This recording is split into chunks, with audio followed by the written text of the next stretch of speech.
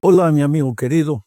Nuevamente, por la gracia de Dios, por su infinita misericordia, estamos aquí juntos para estudiar esta vez la lección número 10 para el 6 de diciembre del año 2025. El título de la lección es El verdadero Josué. Y el propósito de la lección de esta semana es enseñarnos algunos principios bíblicos de tipología.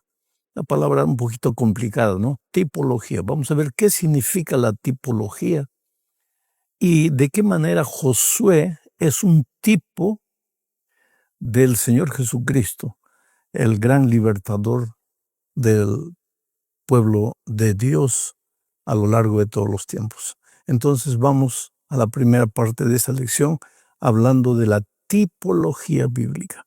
¿Qué es la tipología bíblica? Es un método de enseñanza bíblico. En la Biblia encontramos mucho esto. A través de este método, Dios usa personas, acontecimientos, lugares del pasado para enseñar algunas lecciones con relación al futuro. Por ejemplo, el Éxodo es un acontecimiento que sucedió hace siglos atrás. ¿Qué fue el Éxodo? La libertación del pueblo de Israel comandado por Moisés. Él sacó al pueblo de la esclavitud de Egipto y lo llevó a la tierra de Canaán, la tierra de la libertad. Ese es el tipo, la figura, el acontecimiento del pasado. Pero eso de alguna manera, tipológicamente, anunciaba la libertación de los seres humanos de la esclavitud, no de Egipto, sino del pecado, para ser llevados a la tierra de la libertad, a nuestra Canaán celestial. En el primer caso fue Moisés el libertador, en el segundo caso es Jesús el libertador. Ese es el uso de la tipología en la Biblia. Bueno, algo que la lección presenta es la tipología de David. En el Salmo 22, si tú tienes tiempo, lee todo el Salmo 22.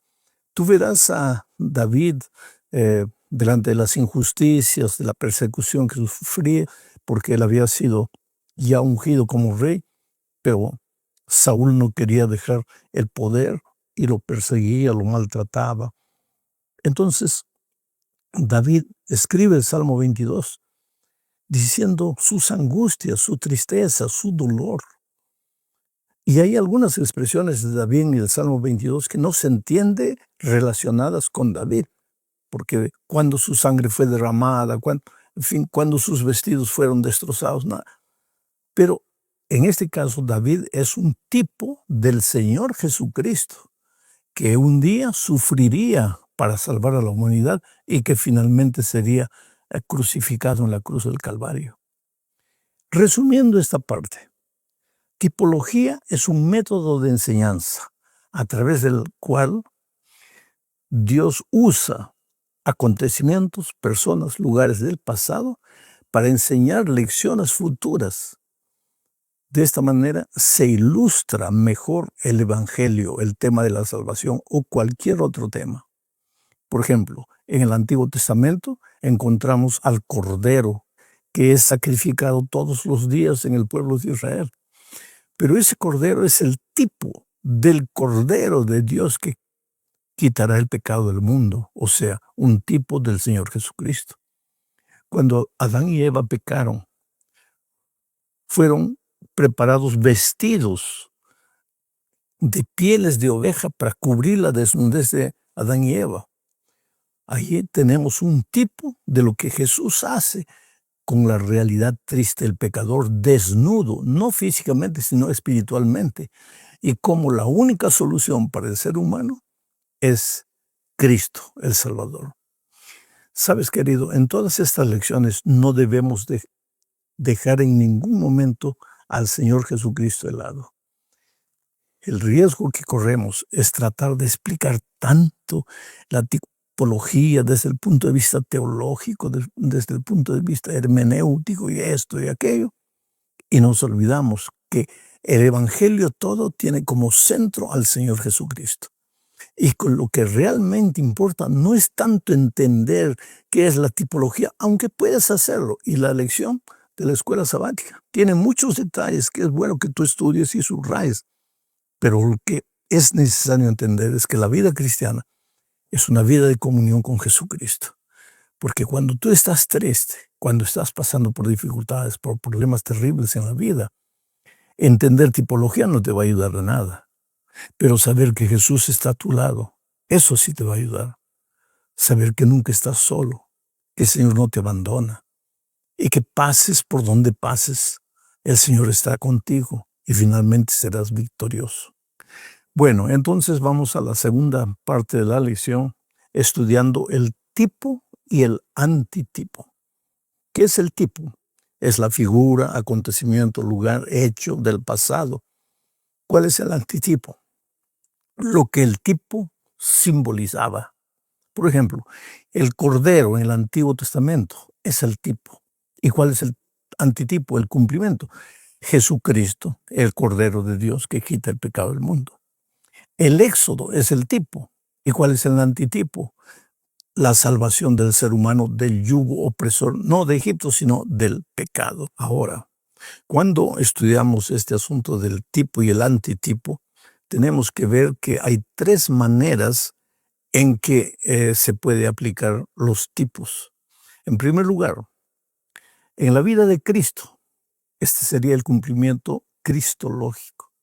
En segundo lugar, en la experiencia de la iglesia, este sería el cumplimiento eclesiológico.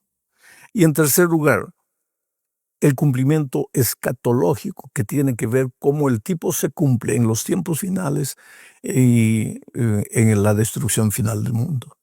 Por ejemplo, Israel. Israel es un tipo.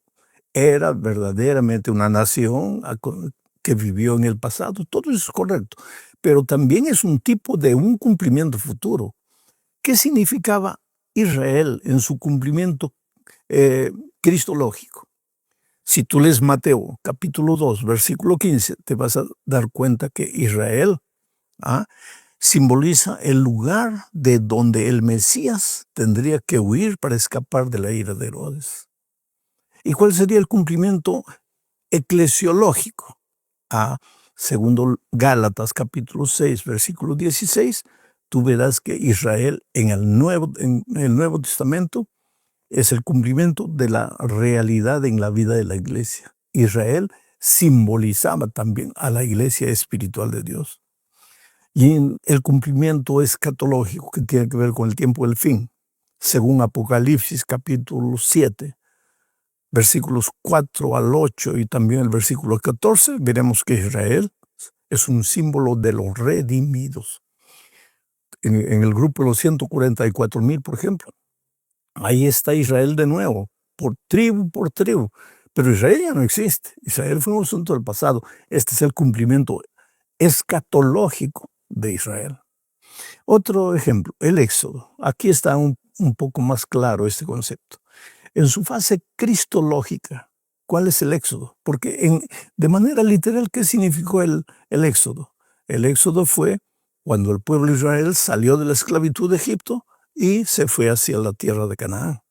Ahora, este tipo, ¿cuál fue su cumplimiento cristológico en la vida de Cristo? Cuando Jesús salió de Egipto, después que Herodes había muerto, para retornar a Jerusalén. Y en la vida de la iglesia, el Éxodo, en la vida de la iglesia, según de acuerdo con 2 a los Corintios, capítulo 6, versículo 17, simboliza la salida del pueblo de Dios del paganismo, del mundo que lo rodea. Y en su cumplimiento escatológico, ahí tendríamos que leer Apocalipsis 18:4, para ver que en su cumplimiento escatológico el Éxodo significa la salida del pueblo de Dios, de la iglesia contaminada. Y esto se refiere ya al tiempo del fin, cuando Dios dice, salid de ella, pueblo mío, refiriéndose a Babilonia. El pueblo tiene que salir de una iglesia que no es completamente verdadera en el sentido bíblico, no respeta las enseñanzas bíblicas, sino que las mezcla con tradiciones humanas.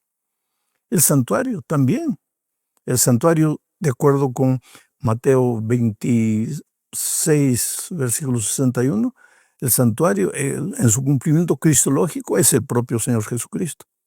En su cumplimiento eclesiológico, de acuerdo con 1 Corintios capítulo 3, versículos 16, 17, el santuario simboliza al pueblo de Dios.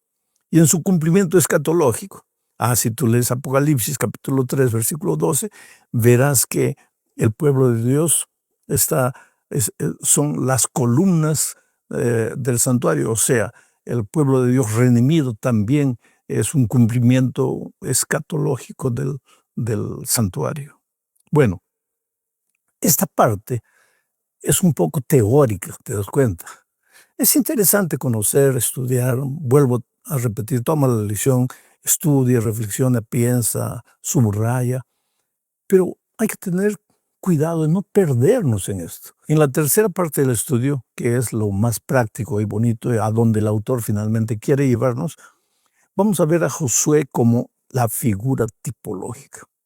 Es interesante que Moisés, de cierta manera, es un tipo de Josué, porque lo que sucedió en la vida de Moisés también sucedió en la vida de Josué.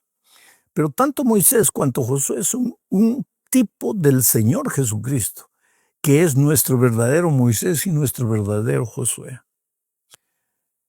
Moisés sacó al pueblo de Israel de la esclavitud de Egipto. Cristo nos saca de la esclavitud del pecado. Josué guió al pueblo en la conquista de la tierra prometida, en el desierto, conquistando, venciendo al enemigo, derrotándolo, devolviéndole la tierra a los hijos de Dios. Pero Cristo es el verdadero Josué. Él es el que nos conduce en esta vida, porque, querido, la salvación ya es nuestra, pero el diablo no se queda tranquilo. Canaán ya era del pueblo de Israel. Sin embargo, ¿cuántas veces tuvo que enfrentar enemigos? La salvación ya es nuestra. Cristo ya murió por nuestros pecados. Ya nos sacó de la tierra de Egipto. ¿Pero acaso el diablo va a querer que nosotros lleguemos a Canaán? No, no. El diablo va a hacer todo lo que pueda y lo que no pueda también. ¿Para qué? Para destruirnos, para impedir que lleguemos a tener el reposo celestial con Cristo. Todos los días tú enfrentas luchas. Aparece un enemigo de una manera, de otra manera, dificultades. A veces esos enemigos no son exteriores, a veces esos enemigos están dentro de nuestro propio corazón, es nuestro propio carácter deformado por el pecado. Entonces tenemos luchas en la casa, en la familia, en la sociedad en que vivimos, en la propia iglesia de Dios. Hay dificultades, pero así como Josué condujo al pueblo de Israel a través de Canaán hasta encontrar el reposo, la conquista final, así también Cristo nos conduce, nos acompaña, no estamos solos al querer disfrutar de la experiencia de la salvación que es en esta tierra incompleta, pero que será completamente cumplida allá en el reino de los cielos. Dios es maravilloso, queridos. La verdad es que no estamos solos en esta vida. Si en este momento estás atravesando un momento de dolor, de dificultad, a veces te preguntas, pero ¿por qué? ¿Por qué?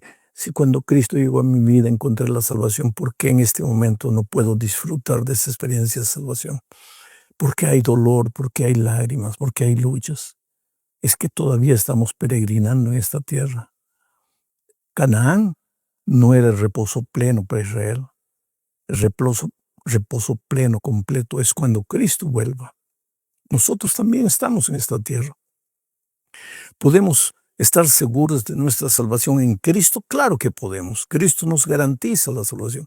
Pero todavía estamos luchando, enfrentando dificultades. Vamos a la cuarta parte de este estudio bajo el subtítulo de El verdadero Josué como antitipo. Josué es el tipo del Señor Jesucristo. Ya vimos eso. Jesucristo es el cumplimiento de Josué. Josué fue real, pero era apenas una figura. En realidad, en su vida, en su ministerio, en su trabajo de conquista, era una figura de lo que Jesús haría por su pueblo de todos los tiempos. Es interesante que el nombre de Josué y de Jesús tienen la misma raíz, Joshua. Ya por el nombre, Jesús era el cumplimiento pleno del Josué que la Biblia relata dirigiendo al pueblo de Israel. Pero además de eso, hay muchos incidentes en la vida de Josué que pueden ser aplicados hoy a la relación Cristo-Iglesia. Por ejemplo, el paso del Jordán. Josué condujo al pueblo de Israel a través del Jordán. Ese cruzamiento del río Jordán en realidad era una experiencia clave, porque hasta aquí habían estado en el desierto, ahora entraban a Canaán. Pero no había entrada a Canaán a no ser atravesando el río Jordán. Nosotros también vivimos esclavizados en Egipto, pero en algún momento encontramos al Señor Jesucristo, nuestro Josué, que nos ayuda a entrar al río Jordán para salir al otro lado y poseer la tierra. Ese entrar al río Jordán, yo me atrevería a decir que es un tipo del bautismo. Mucha gente que ya podría ser bautizada, que ya estudió la palabra de Dios, dice, pero ¿por qué es necesario bautizarme? Yo te diría, usando esta figura del tipo y el antitipo, ¿por qué era necesario que Israel atravesara el río Jordán? Porque Canaán estaba del otro lado. Porque de este lado estaba la esclavitud de Egipto, el peregrinaje en el desierto. ¿Por qué es necesario que el cristiano sea bautizado? Porque del otro lado del bautismo está la nueva vida en Cristo, el nuevo nacimiento. Esa es una figura muy interesante, pero hay otra. Por ejemplo, Josué ayudó al pueblo de Israel a conquistar la tierra. Cristo es nuestro gran comandante que nos ayuda a conquistar finalmente las dificultades, a los enemigos de esta vida. Por eso Pablo, escribiendo a los Efesios, dice que debemos tomar la armadura de Dios. ¿Para qué? Para que podamos resistir al enemigo. Porque nuestro enemigo no es de carne y sangre. Porque si fuera de carne y sangre, pues tendríamos que alimentarnos bien físicamente para enfrentarlo. Pero nuestro enemigo es un enemigo astuto, una fuerza espiritual en las regiones celestes. Es por eso que la única manera de derrotar al enemigo para apoderarnos finalmente de Canaán celestial, que nos es dada por gracia, porque la tierra prometida a Israel le fue dada por gracia. Sin embargo, el pueblo tuvo que luchar. La salvación plena en Cristo nos es dada por gracia. Sin embargo, mientras vivamos en esta tierra, pues tendremos que vestir la armadura de Dios. Pero el enemigo no te puede derrotar. El hecho que el enemigo existe y la tentación existe, y eso es una realidad, no es argumento para que tú te entregues a una vida de derrota, de mediocridad espiritual o de conformismo, que digas, pues bueno, si el enemigo es una fuerza espiritual y yo soy un pobre ser físico, entonces yo estoy perdido, entonces puedo continuar cayendo. No, querido.